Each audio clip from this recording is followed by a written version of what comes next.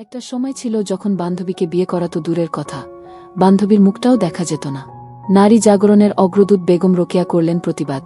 মেয়েরা শুরু করল মক্তবে, মাদ্রাসা, স্কুলে যাওয়া। আর সেই থেকে মেয়েদের দেখা ও কাছে গিয়ে মনের কথা বলার এক দারুণ সুযোগ পেয়ে গেল ছেলে সমাজ। তারপর চিঠি দেয়া, ভালবাসা, প্রেম নিবেদন, আরও কত কি। শুধু কি এই বিয়ে পর্যন্ত গড়াল বিষয়টা। সভ্যতার এই যুগে এখন তো বান্ধবী বা বন্ধুকে বিয়ে করা একেবারে ডালভাত বরাবর হয়ে গিয়েছে।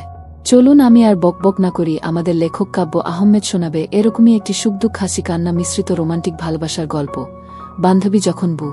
চলুন তবে শুরু করা যাক। গল্পের প্রথম 2 শব্দ। স্বর্ণা, তুই কি ভেবেছিস আমি তোকে ভালোবাসি?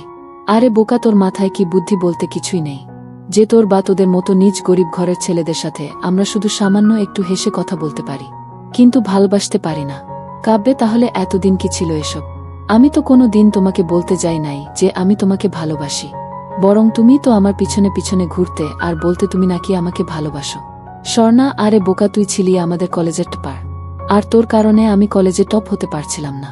তাই তোর সাথে এতদিন ভালোবাসার অভিনয় করেছি, যাতে আমার ভালোবাসায় পাগল হয়ে তুই লেখাপড়ায় আমার থেকে পিছিয়ে পড়িস। আর এখন দেখ তুই কতটা পিছিয়ে পড়েছিস। তুই আমার থেকে এতটা পিছিয়ে পড়েছিস যে কোনোভাবেই আর আগের অবস্থায় ফিরে আসতে পারবি না। আর এদিকে কলেজের সবাই আমার দিকে তাকিয়ে হাসতেছে, আর একে অন্যকে বলতেছে, দেখছিস কাক ময়ূর হতে চেয়েছিল। কিন্তু কাক এটা হয়তো জানতা না যে কাক যতই না ময়ূরের পেখম পড়ুক, কাক কাকই থাকে। কাক কখনো ময়ূর হতে পারে না। আমি ওদের কথা শুনে যতটা না কষ্ট পেয়েছি, তার থেকেও বেশি এটা ভেবে কষ্ট পেলাম যে জীবনে এত বড় একটা ভুল করলাম। শেষ পর্যন্ত আমি কিনা একটা ভুল মানুষকে ভালোবাসলাম, যে কিনা এতদিন শুধু আমার ক্ষতি চেয়ে এসেছে। তাকেই ভালবেসেছি। ছি ছি ছি, এসব ভাবতেই বুকটা যেন আমার কষ্টে শেষ হয়ে যাচ্ছে। তাই কলেজে আর না থেকে বাড়িতে চলে আসলাম। ওখানে থেকে আর অপমানিত হতে পারছি না। ওহ, আপনাদের তো আমার পরিচয় দেওয়াই হয় নাই। আমি হলাম কাব্য আহমেদ নীল, মধ্যবিত্ত পরিবারের বাবা মায়ের একমাত্র ছেলে। কলেজে পড়াশোনায় ভালো ছিলাম বলে অনেকেই আমার সাথে সম্পর্কে জড়াতে চেয়েছিল, কিন্তু আমি সবাইকে না করে দিয়েছিলাম। কিন্তু কেন জানি না স্বর্ণার সাথে এমন হলো। হ্যাঁ, স্বর্ণা হলো আমাদের কলেজের সবচাইতে ধনী পরিবারের একমাত্র মেয়ে, আর সেই সাথে কলেজের টপার গাল। তবে আমার থেকে পিছিয়ে ছিল, প্রতিদ্বন্দ্বী, অহংকারী বান্ধবী। কিন্তু এটা নিয়ে ওর মধ্যে কোনো দিন আমার জন্য হিংসা বা অহংকার ছিল না, বরং আমাদের মধ্যে অনেক ভালো বন্ধুত্ব ছিল। ওর সাথে আমি আমার সব ব্যক্তিগত কথা শেয়ার করতাম, আর ওর সাথেই বেশি সময় থাকতাম। আর এতেই আমি ওর প্রতি একটু একটু দুর্বল হয়ে পড়ি। তবে আমি যে স্বর্ণাকে ভালোবাসি তা ওকে কখনো বলে ওঠার সাহসই পাই নাই। যখনই ওকে মনের কথা বলতে যাব ভাবতাম, তখনই বারবার মনে হতো যদি ভালোবাসার কথা বলতে গিয়ে ওর সাথে বন্ধুত্বটা হারাই। আমি স্বর্ণার জন্য এতটাই পাগল ছিলাম যে ওর কথা ভাবতে ভাবতে কিভাবে যে লেখাপড়ায় পিছিয়ে পড়ি বুঝতেই পারি নাই। অনেক দিন আগের কথা, একদিন ও আমাকে হঠাৎ করেই কলেজ শেষে কলেজের পিছনে পুকুর পাড়ের কাছে থাকতে বলে। কিন্তু কি জন্য তা জানি না। আমিও স্বর্ণার কথা মতো কলেজ শেষে যখন ওখানে ওর জন্য ওয়েট করছিলাম, তখনই কে যেন পিছন থেকে হঠাৎ করেই আমাকে জড়িয়ে ধরে। আর এতে আমি অনেকটা ভয় পেয়ে যাই, আর ভীত গলায় বলতে লাগলাম, আমিস, আরে কে আপনি? আর আমাকে পিছন থেকে জড়িয়ে ধরেছেন কেন? আমি আমার ভালোবাসাকে জড়িয়ে ধরেছি, তাতে তোর কি? হ্যাঁ? মেয়েটার গলার আওয়াজ শুনে আমি যেন স্তব্ধ হয়ে গেলাম, কারণ এটা যে ছিল স্বর্ণার কণ্ঠস্বর। আমি মনে মনে খুশিও হলাম, তবে হঠাৎ মনে হলো স্বর্ণা বুঝিয়ে আমার সাথে মজা করছে।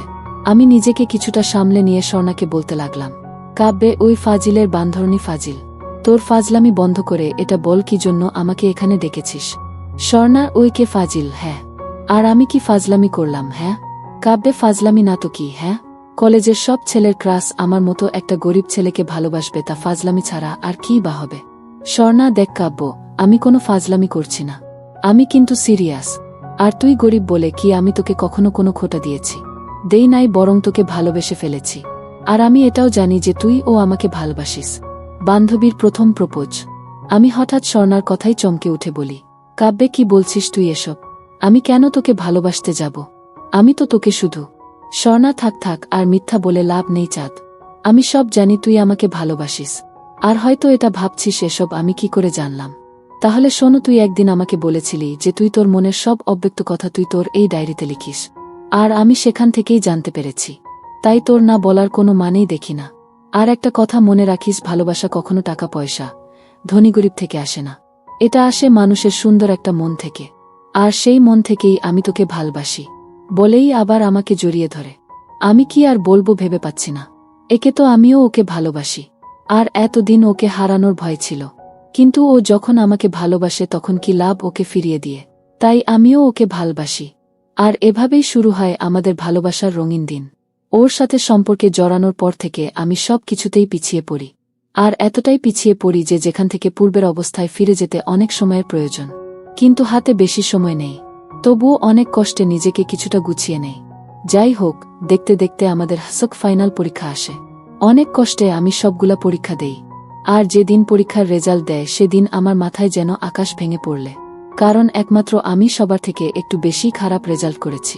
তাই আজ আমাকে সবাই অপমান করছে।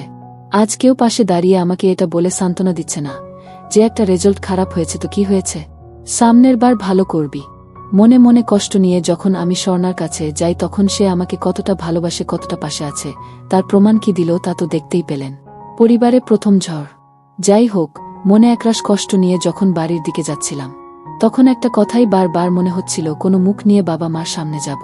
তবুও বাড়িতে যাচ্ছি, কারণ নিজের কারণে যে ভুল করেছি তার ফল তো ভোগ করতেই হবে। এসব ভাবতে ভাবতে কখন যে বাড়ির কাছে চলে এসেছি বুঝতেই পারি নাই। যখন বাড়িতে ঢুকব তখন দেখি বাড়ির উঠানে আগুন জ্বলছে, কিন্তু এটা বুঝতে পারছি না কে এখানে আগুন লাগিয়েছে। তারপর যখনই আমি বাড়ির ভিতরে ঢুকলাম তখন যেন আমার মাথায় 2 বারের মতো আকাশ ভেঙে পড়ল।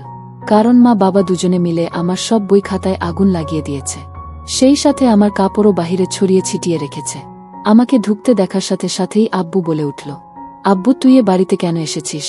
আমিষ বাড়িতে আসবো না তো কোথায় যাব আব্বু? করুণ দৃষ্টিতে আব্বুর দিকে তাকিয়ে বললাম, আব্বু তুই কোথায় যাবি সেটা তুই ভালো করে জানিস। তবে আজকের পর থেকে তুই না এ বাড়িতে থাকবি আর না আমাকে আব্বু বলে ডাকবি। আমি আব্বু এসব তুমি কি বলছো? আমি কি? কাঁদতে কাঁদতে, আব্বু তোকে বলেছি না আমাকে যেন তুই আব্বু বলে না ডাকিস। আর এটাই জানতে চাস তো কেন আজ তোর সাথে এরকম? আমিস না থাক, আমি বুঝতে পেরেছি কাউকে কিছু আর বলতে হবে না। আমি চলে যাচ্ছি। যদি আমার চলে যাওয়াতে তোমরা ভালো থাকো তাহলে আমি চলে যাচ্ছি। কাঁদতে কাঁদতে হতাশা থেকে ঘুরে দাঁড়ার চেষ্টা। তারপর বাড়ি থেকে বের হয়ে আসি। বাড়ি থেকে আসার সময় দেখি প্রতিবেশীরাও আজ আমাকে দেখে হাসাহাসি করছে। যে মানুষগুলো এক সময় আমাকে নিয়ে নাকি গর্ব করত, আজ আমি তাদের কাছেও শুধু হাসির আর তাচ্ছিলের পাত্র। যাই হোক, মনের ভিতর একরাশ কষ্ট নিয়ে যখন রাস্তা দিয়ে হাঁটছি তখন মনে একটা কথাই বারবার মনে হচ্ছিল, এই ব্যর্থ জীবন রাখব না। এই ব্যর্থ জীবন রাখার থেকে না রাখাই ভালো। হঠাৎ তখনই মনে পড়ল আমাদের নবী শোট তো কোনো বিপদেই পিছু পা হয় নাই। ইসলামের দাওয়াত দিতে গিয়ে হাজারো কষ্টের সম্মুখীন হয়েছেন, কত কঠিন কঠিন পরীক্ষার সম্মুখীন হয়েছেন। কখনো তো তিনি হতাশ হন নাই, বরং বারবার চেষ্টা করেছেন। আবার আমাদেরকেও হতাশ না হয়ে চেষ্টা করতে বলেছেন। হ্যাঁ, আমিও চেষ্টা করব, আর অন্যদেরকেও এটা দেখিয়ে দিব। কাব্য পিছিয়ে পড়ার ছেলে নয়। আমি নিজেকে এমনভাবে তৈরি করব যাতে আজ যারা আমাকে অপমানিত করল তারাই যেন একসময় নিজের কাজের জন্য অপমানিত বোধ করবে। আর তাই আমি নিজেকে নতুন রূপে তৈরি করার জন্য সবাইকে ছেড়ে আজ আমি চলে যাচ্ছি। যদি কখনো ফিরে আসি তাহলে নিজেকে প্রতিষ্ঠিত করেই ফিরব। তারপর আমি চলে আসি ঢাকায়। এখানে এসে অনেক কষ্টে একটা থাকার ব্যবস্থা করি। থাকার ব্যবস্থা করার পর মনের ভিতর একটা প্রশ্নই ঘুরপাক খাচ্ছিল, থাকার ব্যবস্থা হলো, কিন্তু টাকা কোথায় পাব? আমার কাছে যা টাকা আছে তা দিয়ে বড় জোর মাত্র 1-5 দিন চলবে। কিছু একটা করতে হবে যাতে নিজের স্বপ্নগুলো আবার শেষ থেকে শুরু করতে পারি। যাই হোক, ঢাকায় এসে অনেক কষ্টের পরও একটা চাকরির ব্যবস্থা করতে পারলাম না। তখন নিজেকে খুব অসহায় মনে হচ্ছিল।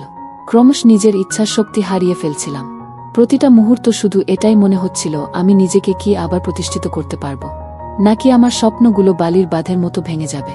তবুও নিজেকে কিছুটা শান্ত রেখেছিলাম, আর আল্লাহর কাছে একটাই প্রার্থনা করতাম যাতে ভাগ্য কিছুটা সহায় হয়। টিউশন স্যার আমি।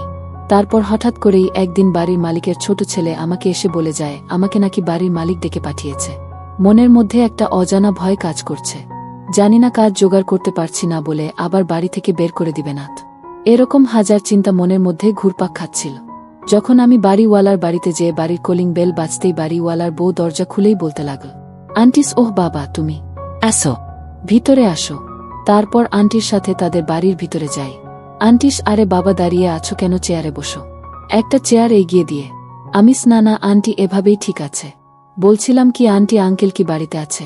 আন্টিস, না তোমার চাচা তো বাড়িতে নেই, তবে আমাকে বলে গেছে যে।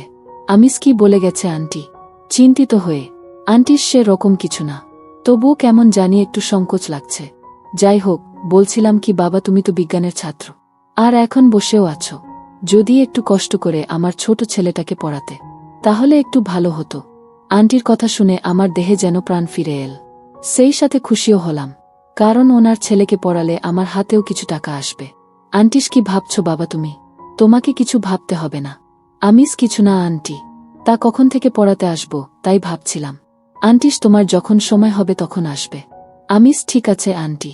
সন্ধ্যা 7টায় পড়াতে আসব। তারপর আমি ওখান থেকে চলে আসি, আর রাত্রে হালকা কিছু খাবার খেয়ে ঘুমিয়ে পড়লাম। পরের দিন ঘুম থেকে উঠে ফ্রেশ হয়েই কাজের উদ্দেশ্যে বের হই। আজকেও অনেক কষ্টে যখন কাজ পেলাম না, তখন হতাশ হয়েই সন্ধ্যার সময় বাড়ির দিকে আসছিলাম। তখনই দেখি একটা লোক চলবে রোমান্টিক প্রেমের গল্প, বান্ধবী যখন বউ, পর্ব 2। গত পর্বে আমরা দেখেছি কিভাবে কাব্য তার বান্ধবীর কাছে ধোঁকার শিকার হয়। মিথ্যে ভালোবাসায় ডুবে মন ও পরীক্ষার রেজাল্ট দুটোই খারাপ হয় তার। বাসায় অনেক ধমক আর অত্যাচারিত হয়েও সে ঘুরে দাঁড়ানোর চেষ্টা করে। শুরু করে নিজের চলার রাস্তা, টিউশনি করে নিজের দায়িত্ব সে নিতে চায়। চলুন আজ দেখি কি হয়। মানব ধর্ম পালন। তারপর আমি ওখান থেকে চলে আসি, আর রাত্রে হালকা কিছু খাবার খেয়ে ঘুমিয়ে পড়লাম। পরের দিন ঘুম থেকে উঠে ফ্রেশ হয়েই কাজের উদ্দেশ্যে বের হলাম। কিন্তু আজকেও যখন কোনো কাজ না পেয়ে হতাশ হয়েই সন্ধ্যার সময় বাড়ির দিকে আসছিলাম, তখনই দেখি একটা লোক রক্তাক্ত অবস্থায় রাস্তার পাশে পড়ে আছে। তাকে এ অবস্থায় দেখে আমি অনেকটাই ভয় পেয়ে যাই। এজন্য আমি দ্রুত ওখান থেকে চলে যেতে ধরলাম। কিন্তু হঠাৎ করেই কেন জানিনা মনে একটা কথাই ভেসে উঠল, যদি লোকটা বেঁচে থাকে তাহলে তো লোকটাকে হাসপাতালে নিলে বাঁচতে পারে। কিন্তু আবার ভাবলাম যদি পুলিশ কেস হয়, আর যদি পুলিশ আমাকেই তার এ অবস্থার জন্য দায়ী করে, তবুও আমার মন আর বিবেক একটা কথাই শুধু বলছিল, মানুষের উপকার করাই মানুষের ধর্ম। এজন্য আমি আর 7-5 না ভেবেই একটা অটো ডেকে লোকটাকে নিয়ে হাসপাতালে চলে যাই। ওখানে নিয়ে যাওয়ার সাথে সাথেই দেখলাম ডাক্তাররা ওনাকে দ্রুত অপারেশন থিয়েটারে নিয়ে যায়। আর এতে আমি একটু অবাকও হলাম, কেননা সাধারণত এরকম কোনো রক্তাক্ত লোককে যদি হাসপাতালে নিয়ে যাওয়া হয় তাহলে ডাক্তাররা বলে আগে পুলিশের পারমিশন নিয়ে আস, আরও কত কি। যাই হোক, ওনাকে ওটিতে নিয়ে যাওয়ার কিছুক্ষণ পরে দেখলাম মুহূর্তে হাসপাতালের চারপাশে পুলিশ ঘেরাও করে রেখেছে, যেন মনে হচ্ছে ভিতরে কোনো সন্ত্রাসী আছে, আর তাকে যেন ধরতে আসছে। পুলিশের একজন অফিসার দেখলাম ডাক্তারদের সাথে কি বিষয় নিয়ে যেন কথা বলছিলেন, আর ডাক্তাররা হাতের ইশার করে আমার দিকে কি যেন দেখিয়ে দিল। আর এতেই পুলিশ অফিসার তাকে আর কিছু না বলেই আমার দিকে ক্ষুধার্ত বাঘের মতো আসছে। আমি ওনার চোখ মুখ দেখে কেমন যেন ভয় লাগছে। বারবার মনে হচ্ছে এই বুঝি আমাকে বলে বাবু মামা বাড়ি চল। পুলিশের সাথে কাঁপতে অফিসার আমার কাছে এসেই বলতে লাগল, অফিসার এই ছেলে তোমার নাম কি? খুব শান্তভাবে, আমি স্যার, আমি কাব্য আহমেদ। অফিসার, তা তুমি স্যারকে কিভাবে চেন? কাব্যে, স্যার আপনার কথা ঠিক বুঝলাম না, আমি আপনাদের কোনো স্যারকে তো চিনি না। অফিসার, সরি স্যার, বলতে আমি বোঝাতে চেয়েছিলাম যে প্রিন্সিপাল স্যার মানে যাকে তুমি হাসপাতালে নিয়ে এসেছো তাকে কি তুমি কোনো ভাবে চেন? কাব্যে, না স্যার, ওনাকে তো আমি চিনি না, আমি রাস্তায় ওনাকে রক্তাক্ত অবস্থায় পড়ে থাকতে দেখে এখানে নিয়ে এসেছি। অফিসার, ও আচ্ছা, ঠিক আছে। কাব্যে, স্যার আমি কি এখন যেতে পারি? এমনিতেই অনেক দেরি হয়ে গেছে। অফিসার, না, এখন যাওয়া যাবে না, আগে স্যারের জ্ঞান ফিরুক, তারপর তাকে কিছু জিজ্ঞাসাবাদ করার পর যেতে পারবে। কাব্যে, কি ঝামেলায় পড়লাম রে বাবা, কখন যে লোকটার জ্ঞান ফেরে, আর কখন যে বাড়ি যাব। কাব্য মনে মনে বিড়বিড় করছে। অফিসার কিছু বললে? অন্যদিকে তাকিয়ে কাব্যে, কই না স্যার। হায় আল্লাহ, কিছু একটা করো। আমি বারবার আল্লাহকে ডাকছিলাম। কাব্যের সাহসিকতা। তখনই একটা নার্স এসে বলতে শুরু করল, নার্স, আপনারা চাইলে এখন স্যারের সাথে দেখা করতে পারেন। নার্সের কথা শুনে আমি এতটাই খুশি হলাম যে মন চাচ্ছে এখনই তারে একটা পাপ্পি দেই। অফিসার, ঠিক আছে, আপনি যান, আমরা ভিতরে যাচ্ছি। তারপর আমরা ভিতরে যেতেই লোকটা পুলিশ অফিসারকে উদ্দেশ্য করে বলতে শুরু করল, লোকটা, আরে বাবা ফরহাদ, তুমি এখানে? অফিসার, ফরহাদ, হ্যাঁ স্যার আমি। সালাম দিয়ে, আপনি এখন কেমন আছেন? লোকটা, আমি ভালো আছি, তুমি কেমন আছো? ধুর, কি লোকটা করছি, আসলে উনি তো একজন শিক্ষক, তাকে তো স্যার বলে ডাকা উচিত। ফরহাদ, এই তো স্যার আছি মোটামুটি। তা স্যার, আপনার এই অবস্থা কিভাবে হল? স্যার, আমিও ঠিক বলতে পারি না, আমার সাথে কি থেকে কি হয়ে গেল। সন্ধ্যায় একটু বাহিরে হাঁটতে কি বের হলাম, তখন কোথায় থেকে কিছু মুখোশ পরা ছেলে এসে আমাকে মেরে চলে যায়। যাই হোক, ওসব বাদ দাও। তা তোমার সাথে এ ছেলেটাকে একে তো ঠিক চিনলাম না। ফরহাদ স্যার, ওর নাম হলো কাব্যে। এই কাব্যেই আপনাকে রক্তাক্ত অবস্থায় রাস্তা থেকে এখানে নিয়ে এসেছে। স্যার, আরে বাবা, তোমাকে যে কিভাবে ধন্যবাদ দিব সে ভাষা আমার কাছে নেই। কাব্যে, স্যার এখানে ধন্যবাদ দেওয়ার কিছুই নেই, এটা আমার কর্তব্য। আর আল্লাহ তাআলা তার প্রত্যেক বান্দাকে একে অপরের উপর কিছু অধিকার বা দায়িত্ব এবং কর্তব্য দিয়েছে, আর আমি তারই একটা পালন করার চেষ্টা করেছি মাত্র। স্যার, সবাই যদি তোমার মতো ভাবত তাহলে আজ আমার এই অবস্থা হতো না, আর না পৃথিবীতে এত অশান্তি থাকত। ফরহাদ স্যার, আমাকে এখন যেতে হবে, আর আপনি যদি কাউকে সন্দেহ করেন তাহলে অবশ্যই আমাকে জানাবেন। স্যার, ঠিক আছে বাবা, কিছু মনে করতে পারলে তোমাকে অবশ্যই জানাব। স্যার, ওহ তা বাবা, কাব্য তুমি কি করো? কাব্যে, এই তো স্যার বেকার বসে আছি আর কাজ খুঁজছি। স্যার, কি বলো বাবা, এই বয়সে কাজ খুঁজছ মানে? এখন তো তোমাদের লেখাপড়া করে নিজেকে তৈরি করার সময়, আর তোমার কথাবার্তা শুনে তো মনে হয় তুমি লেখাপড়া করো বা লেখাপড়া জানো। অনুতপ্ত কাব্যে কিছুক্ষণ চুপ থেকে কাব্য বলে, আর লেখাপড়া স্যার? যে মানুষ নিজের পায়ে নিজেই কুড়াল মারে সে করবে লেখাপড়া? তবে হ্যাঁ, লেখাপড়া অবশ্যই করব, কিন্তু তার জন্য নিজেকে তৈরি করতে হবে। স্যার, তোমার কথা ঠিক বুঝলাম না। কাব্যে, কিছু না স্যার, আমি এখন আসি। স্যার, তা তুমি কতদূর পড়েছ? কাব্যে, এই তো স্যার ইন্টার পরীক্ষা দিয়েছি। স্যার, তা তোমার রেজাল্ট কি? কাব্যে, 4.50 স্যার। রেজাল্টের কথা বলতেই আমার মনটা আবার খারাপ হয়ে গেল, তবুও মাথা নিচু করে বললাম, স্যার। ওহ, তা তোমার SSCর রেজাল্ট কি ছিল? কাব্যে, গোল্ডেন A+। বিজ্ঞান থেকে। স্যার, কিহ গোল্ডেন পেয়েছিলে, আর ইন্টারে এত খারাপ রেজাল্ট করলে কিভাবে? অবাক হয়ে কাব্যে, ওই যে স্যার বললাম না, নিজের পায়ে নিজেই কুড়াল মেরেছি, আর সেজন্য আজ আমি পরিবার থেকে আলাদা হয়েছি। যাই হোক স্যার, আমার কথা বাদ দিন, আমাকে এখন যেতে হবে, আর কালকে আবার কাজের খোঁজে বের হতে হবে। স্যার, স্যার, কি যেন ভাবছে। কাব্যে, আসি স্যার। এই বলে আমি যখনই রুম থেকে বের হতে যাব তখনই স্যার বলে উঠলেন, স্যার, তা তুমি কি আর পড়তে চাও না? পিছন ফিরে বলতে লাগলাম, কাব্যে, পড়তে তো চাই স্যার, কিন্তু পড়ব কিভাবে বলুন? সামান্য যে আমি কলেজের চয়েস দিব তার টাকাই আমার কাছে নেই, সেখানে কিভাবে অন্য কলেজে ভর্তি হব? স্যার, যদি তুমি পড়তে চাও তাহলে তোমাকে আমি আমার কলেজে ভর্তি করাতে পারি। কাব্যে, স্যার করুণা করছেন নাকি? আমি আপনার জীবন বাঁচিয়েছি বলে তার প্রতিদান হিসাবে আমাকে আপনি আপনার কলেজে ভর্তি করানোর কথা ভাবছেন? স্যার, যদি এটা ভেবে থাকেন তাহলে ভুল ভাবছেন। আমি কখনো অন্যের উপকার করে তার থেকে সেই উপকারের প্রতিদান নেই না। আর যদি করুণা করার কথা ভাবেন তাহলে তো আমি কোনো দিনও আপনার সেই করুণার ভার নিতে পারব না। আসি স্যার, আর আমার কথায় যদি মনে কষ্ট পেয়ে থাকেন তাহলে মাফ করবেন, দুঃখিত। স্যার, তুমি ভুল ভাবছ বাবা, আমি তোমাকে করুণা বা তুমি আমাকে যে উপকার করেছ তার প্রতিদান দিতে চাচ্ছি না।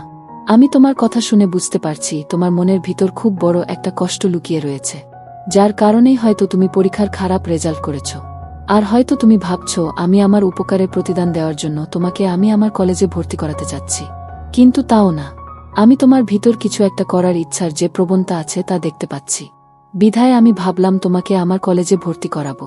এখন ভেবে দেখো, তুমি তোমার লক্ষ্যতে এগিয়ে যেতে চাও নাকি বাকি সব দুর্বলদের মতো পিছিয়ে পড়তে চাও?